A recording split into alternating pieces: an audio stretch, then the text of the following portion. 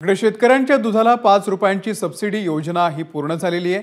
2 महिन्यात 3 लाख शेतकऱ्यांना 226 कोटी रुपयांची सबसिडीचं वाटप करण्यात आलंय। विविध दूध संघांकडून या निमित्तानं तुकाराम मुंढे यांचा मंत्रालयामध्ये जाऊन सत्कार करण्यात आला।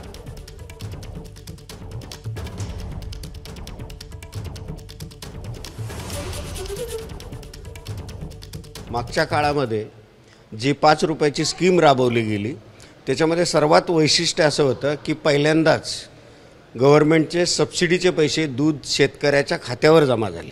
याच्यामध्ये 3 लाख शेतकऱ्यांनी जवळपास याचा फायदा घेतला आणि 226 कोटी गव्हर्नमेंटने या स्कीमच्या मार्फत अनुदानाचं वाटप केलं। ही अतिशय सुंदर, ट्रान्सपरंट आणि योग्य पद्धतीने शेतकऱ्यांना मदतीसाठी अनुदान वाटप झालं। या गोष्टीबद्दल आम्ही त्यांचं अभिनंदन करण्यासाठी आज इथं आलो होतो। टॅगिंगमुळे जनावरं किती आहेत हे नक्की माहिती होईल आणि जवळजवळ 36,000 जनावरं आम्ही टॅगिंग केलेत आणि जवळजवळ 7 कोटी सबसिडी आमच्या चितळे डेअरीच्या उत्पादक शेतकऱ्यांना मिळालेली आहे। एबीपी माझा, उघडा डोळे बघा नीट।